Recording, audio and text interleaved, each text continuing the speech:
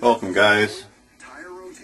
As you know, this is part 4 to making these home switch brackets. I want to address something before I actually get started on this one. I recently got a comment posted on one of my videos, other recent videos on YouTube, about the background music being distracting, and I want to apologize for that. It's just force of habit to kick the tunes on prior to machining. I'm not used to this camera. It does have dual mics on it. It picks up quite well. I'll use my old JVC that I have, and that one don't pick up quite as well as this does. This is very sensitive, so I'll keep that in mind from here on out and try to keep the tunes down in the background so you can hear me.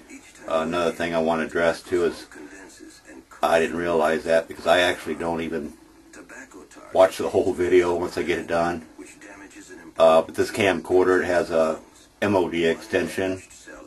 If anybody is familiar with extensions, your format basically. JPEG, JMEG or something like that is also another format which is standard. This is standard now with JVC's MOD extension. And what I have to do is once I get this on my camcorder, obviously, is I upload it to my computer, combine the videos, edit them if I need to be on the Vario Media browser on my computer. Once I get them combined, I convert them over to WMV, Windows Movie Video, right in the browser. Then I import it over to Windows Movie Maker, another program on my computer.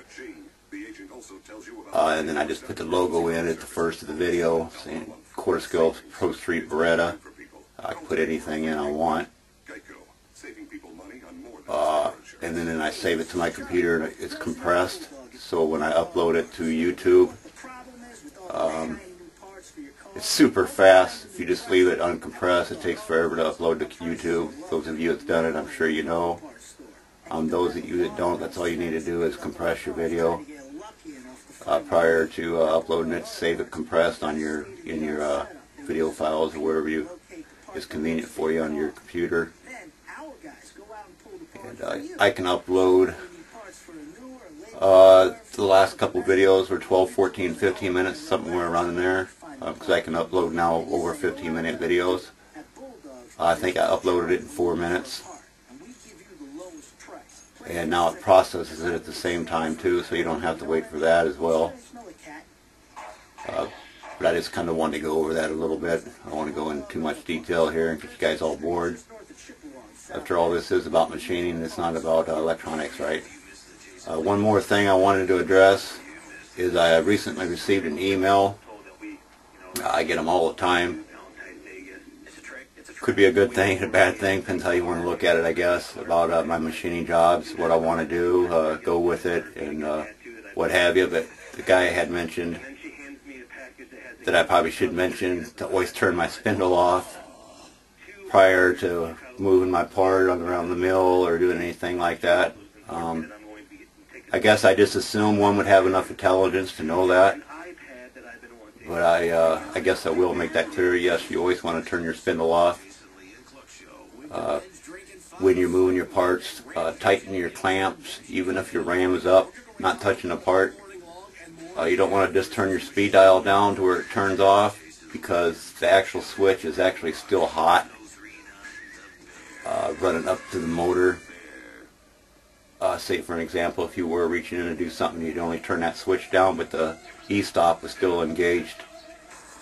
Your arm could accidentally hit that slider switch and your spindle would start running again. So you always want to use your E-stop.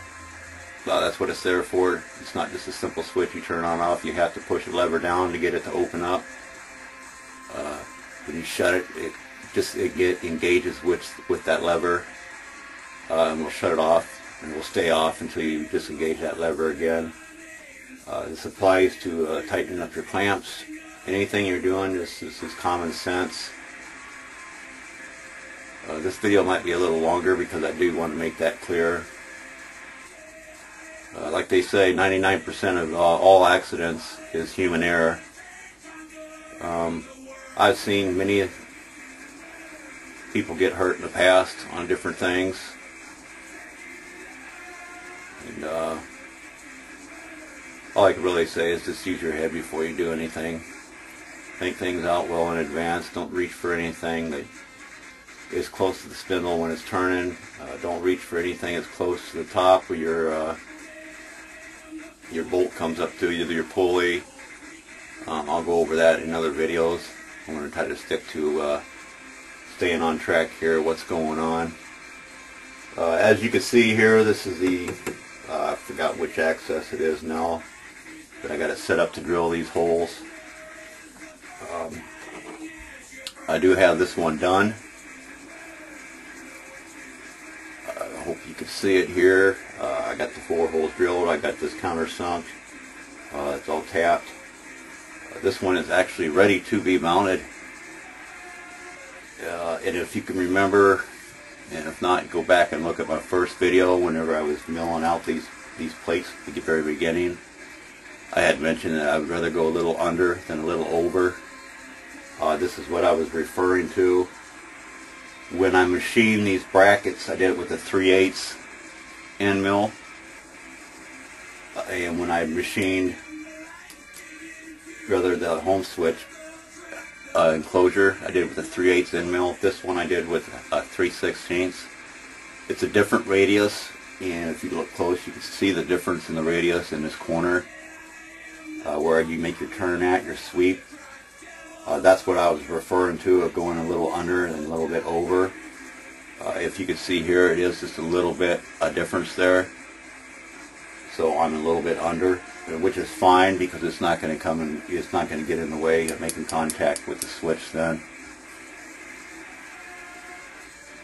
And this will mount up on the, let me see if I can pull this, move this camera up. I got it on the tripod here. But yeah, that's good enough for this shot, I suppose. But that's going to mount up there. Put it back down here for now.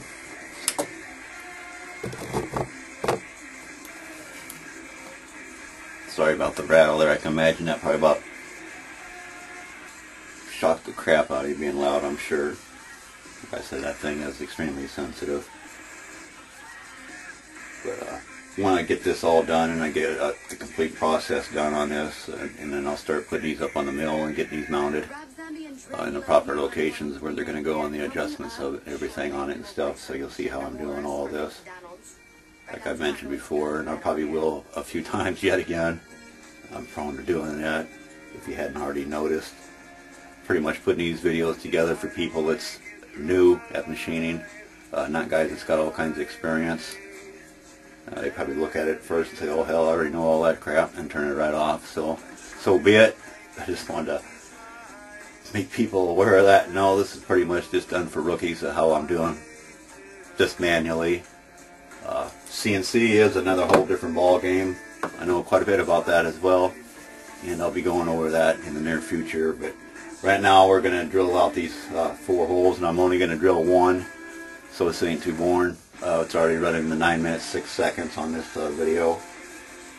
I've already marked the holes. I took my spring-loaded punch, eyeballed the center of that slot, and that's where that hole is going to be at. So let's get to it, and we're going to drill this hole here. I guess it helps to hit that E-switch.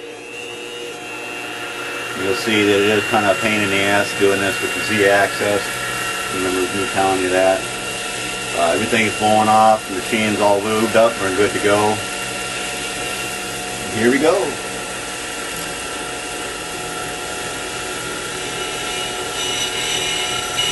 Just doing it dry. A lot of times I will put oil on it.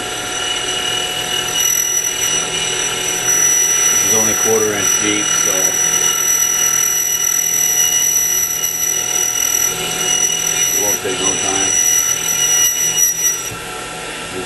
one step. And you can see we're already through that.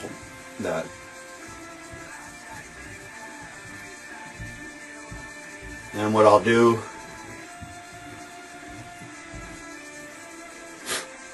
once I get this done, is I'll go back, I'll drill all 4 of these holes, I'll relocate this, remove these clamps, and I'll relocate this on the table.